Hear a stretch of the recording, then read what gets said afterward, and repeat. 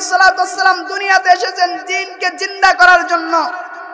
আল্লাহ রাসূল মক্কার জমিনে কালেমার দাওয়াত দিয়েছে, দ্বীনের কথা বলেছে, নাকি আবু জাহেলকে কে বলেছেন, আবু জাহেল তোমার বাপ দাদার ধন সম্পদ যা আছে সব আমার নামে লিখে দাও, এটা বলেছেন?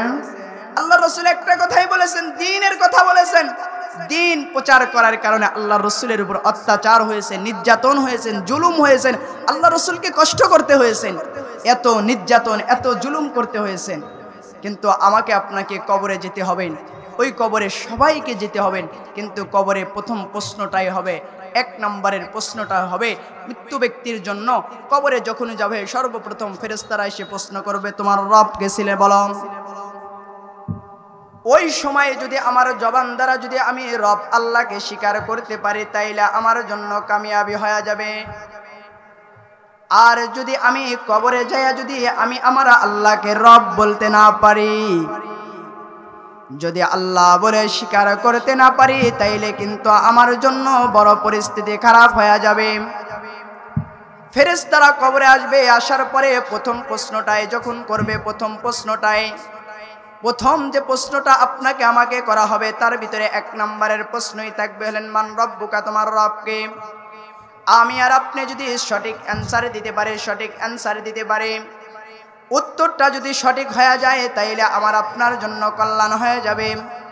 দ্বিতীয় নম্বরে যখন প্রশ্নটা করা হবে তোমার দিন কি ছিল, তোমার ধর্ম কি ছিল, আমি আর আপনি তো সবাই উচ্চ আওয়াজে দুনিয়ার ভিতরে যেমন বলতেছি আমার ধর্মের নাম ইসলাম, আমি ইসলাম ধর্ম গ্রহণ করেছি, আমার ধর্ম ইসলাম, ইসলাম ব্যতীত আর কোনো ধর্ম মানি না।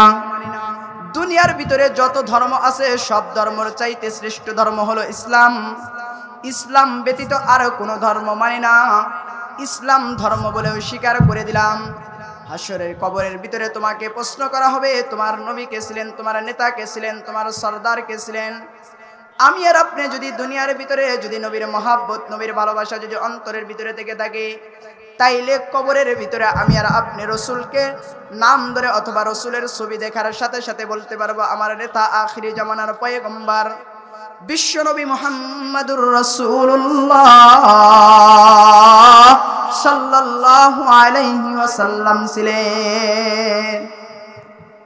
আর যদি দুনিয়ার ভিতরে যদি আল্লাহ তাআলার আইন যদি মেনে না চলি, আল্লাহ তাআলার হুকুম যদি না মেনে চলি তাইলে কবরে গেলে কিন্তু আমি আর আপনি রব বলে মালিককে স্বীকার করতে পারবো না। দুনিয়ার উপরে দিনকে আমি আর আপনি ইসলাম ধর্ম গ্রহণ করেছি কিন্তু ইসলামের বিধিবিধানগুলো মানি নাই, কবরে চইলা গেছি আমি আর আপনি কিন্তু সঠিক অ্যান্সার দিতে পারবো না। দুনিয়ার ভিতরে নবীর সুন্নত অনুযায়ী চলতে পারে নাই, নবীর সুন্নাত অনুযায়ী চলি নাই, নবী যে ক্যাটাগরিতে চলেছেন সেই ক্যাটাগরিতে চলি নাই, রসুলের সব সুন্নতগুলো পরিত্যাগ করেছি কিন্তু আমি আর আপনি কবরে গেলে কোনোদিন কিন্তু রসুলের যে সুন্নত মানি নাই। কবরে যাওয়ার পরে ফেরেশতারা যখন প্রশ্ন করবে তোমার নেতাকে, তোমার সরদারকে, অথবা ছবিটা দেখানো হবে দেখুনি এই লোকটারে তুমি চেনো কিনা, আমি আর আপনি কিন্তু আল্লাহর রসুলের ছবি দেখার পরেও চিনব না।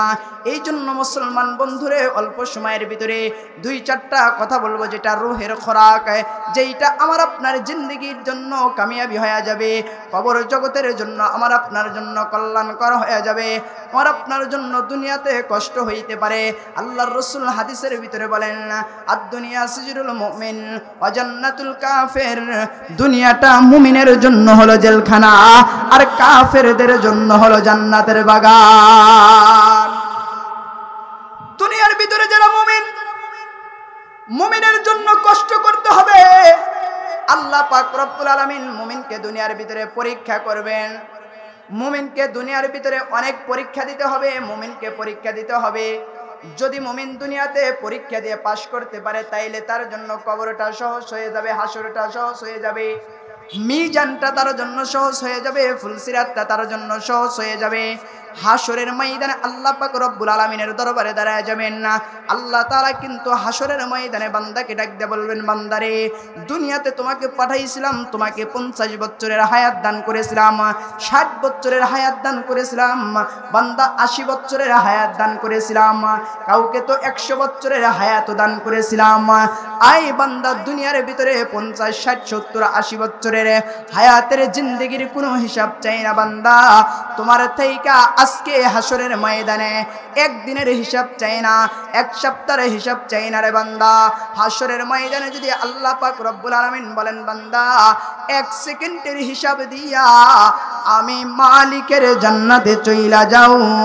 দুনিয়ার কোনো শক্তি নাই, দুনিয়ার কোনো নেতা নাই, দুনিয়ার কোনো রাজা নাই, দুনিয়ার কোনো বাদশা নাই, দুনিয়ার কোনো পীর নাই, কোনো বুজুর্গ নাই যে মালিকের দরবারে 1 সেকেন্ডের হিসাব দিয়া জান্নাতে যেতে পারবে। পারবে বলেন? নাকি আপনারা যাইতে পারবেন? কেউ যাইতে পারবে না। হাসরের ময়দানে আল্লাহ পাক রব্বুল আলামিন বান্দাকে বিভিন্ন বাহানায় আল্লাহ তাআলা মাফ করে দিবে।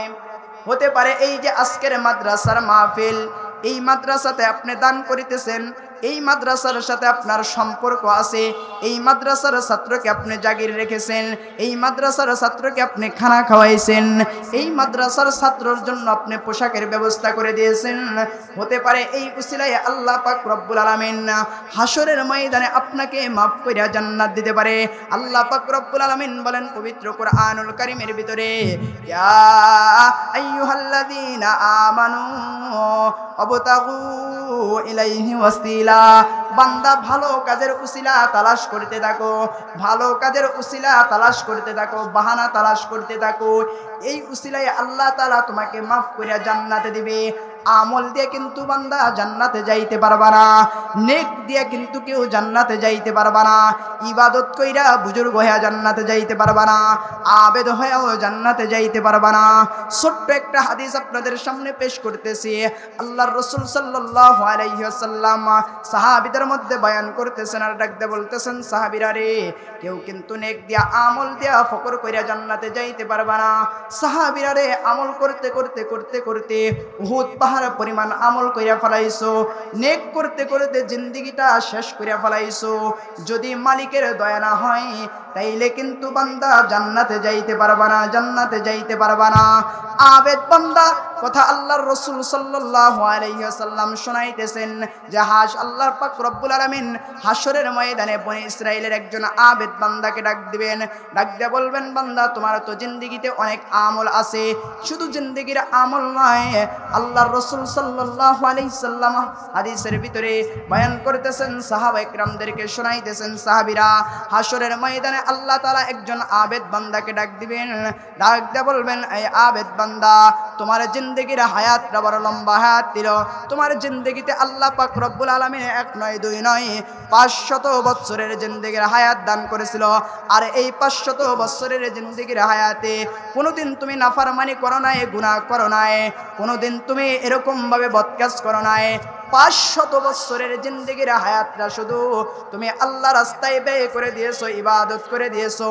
এত ইবাদত যে ইবাদত করতে করতে তুমি এত বুজুর্গ হয়ে গেছো যে তোমার জিন্দেগি ভরা শুধু ইবাদত আর ইবাদত, তোমার জিন্দেগির ভিতরে কোনো গুনাহ নাই। হাসরের ময়দানে আল্লাহ পাক রব্বুল আলামিন ওই বান্দাটারে ডাক দিয়ে বলবেন, বান্দারে এত যে ইবাদত আল্লাহ তাআলা তোমাকে করার তৌফিক দিয়েছিল, আজকে কি হাসরের ময়দানে তুমি আমল দিয়ে জান্নাতে যাইতে চাও, নাকি তুমি এরকম ভাবে আমার দয়া দিয়ে জান্নাতে যাইতে চাও? আল্লাহ পাক রব্বুল আলামিন এই কথা বান্দাকে বলার পরে বান্দা ডাক দিয়ে বলবেন, আল্লাহ আজকে আমার আমল দিয়ে আমি জান্নাতে যাইতে চাই।